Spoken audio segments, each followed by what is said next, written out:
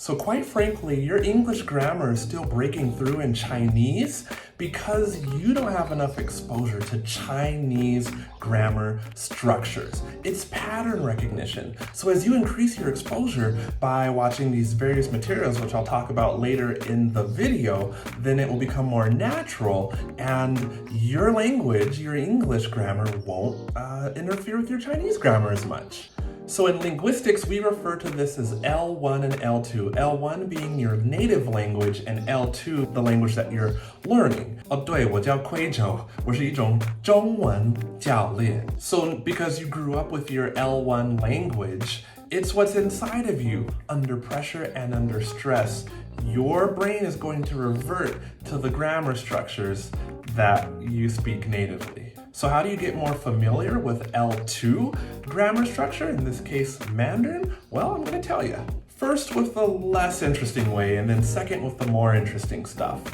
Less interesting, you gotta get familiar with the grammar drills that are in your textbook. Reread what you've studied, especially previous chapters, but get that audio, right? So that you can touch on more of the language learning senses. Listening and reading texts, grammar like little drills, phrases over and over and over again so you can increase that automaticity. Yes, how automatic your brain is able to recall sentence structures. Write what you've read, especially if you're doing review of text that you've already learned. The writing touches upon yet another language learning sense. So if you get that listening, if you get that writing in, then it will be more permanent in your brain, and the more permanent it is, the more automatic it is, and the more automatic it is, you know where I'm going, the easier, or the easier it is for your brain to rely on it in Chinese conversation, instead of your English grammar breaking through.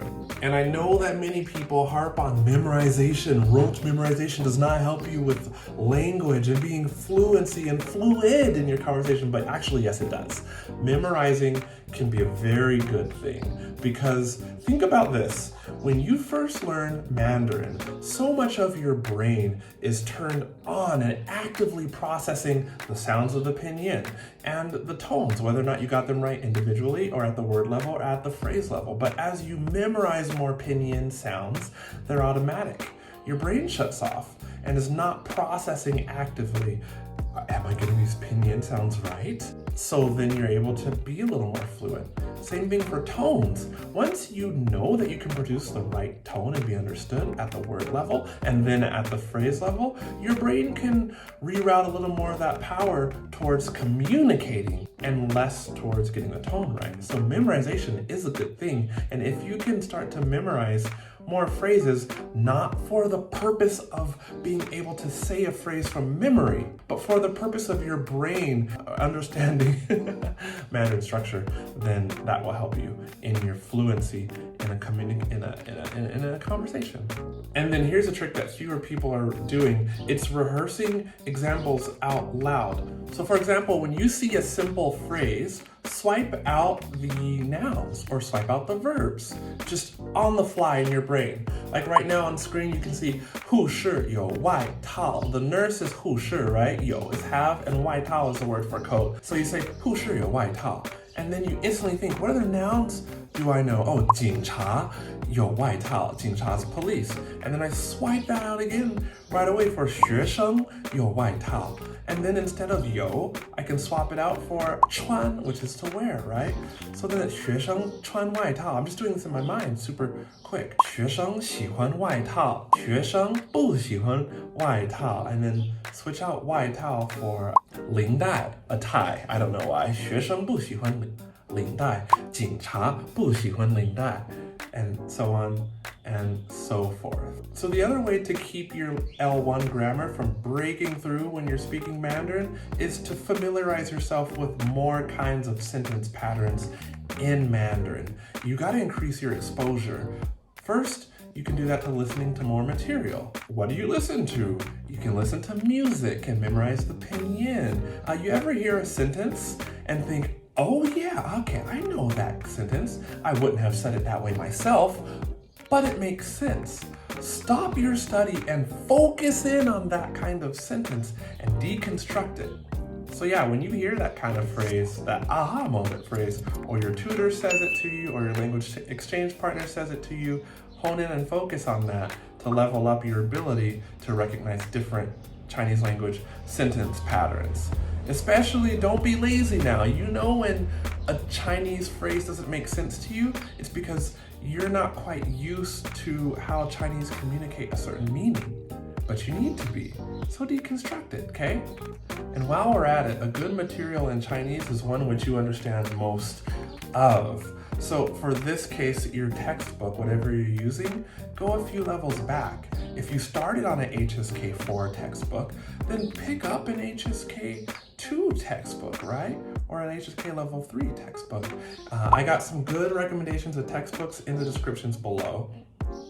So then as you go through material that's a little easy for you, that means you understand more of it, and your brain is able to focus more on the sentence structures. Now, if you're interested in TV shows, it's going to be harder to find a TV show unless you're like advanced level, where you understand most of it, but still, the exposure can't hurt. And this is why I'm a big fan of Chinese graded level readers, because what that means is that there's 3 different levels in this one, Mandarin Companion, which are super interesting. By the way, bonus tip, most Chinese books read like books, but if you want a Chinese book that reads a lot closer to the way you speak, to the way Chinese people speak, Mandarin Companion graded readers. And so what you do then is you choose the one at your level. Like these breakthrough levels, they use only 150 unique characters to tell an interesting story.